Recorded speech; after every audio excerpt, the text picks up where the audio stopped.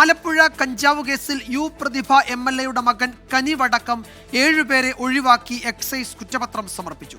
2 പേർ മാത്രമാണ് കേസിൽ പ്രതികൾ. തെളിവുകളുടെ അഭാവമാണ് കേസിൽ നിന്ന് ഒഴിവാക്കാൻ കാരണം എന്നാണ് എക്സൈസിന്റെ വിശദീകരണം.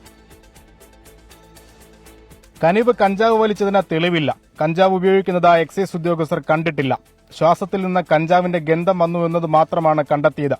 കഞ്ചാവ് കേസിൽ യു പ്രതിഭയുടെ മകനെ ഒഴിവാക്കിയ കുറ്റപത്രത്തിലെ കണ്ടെത്തലുകൾ ഇങ്ങനെയാണ്. കനിവ് ഉൾപ്പെടെ 7 പേരെയാണ് കേസിൽ നിന്ന് ഒഴിവാക്കിയത്. സംഘത്തിൽ കഞ്ചാവ് കണ്ടെടുത്ത 2 പേരെ മാത്രം പ്രതി ചേർത്തു. രക്തം, നഖം, മുടി എന്നിവയുടെ പരിശോധന നടത്തിയിരുന്നില്ലെന്നും കുറ്റപത്രത്തിൽ പറയുന്നു.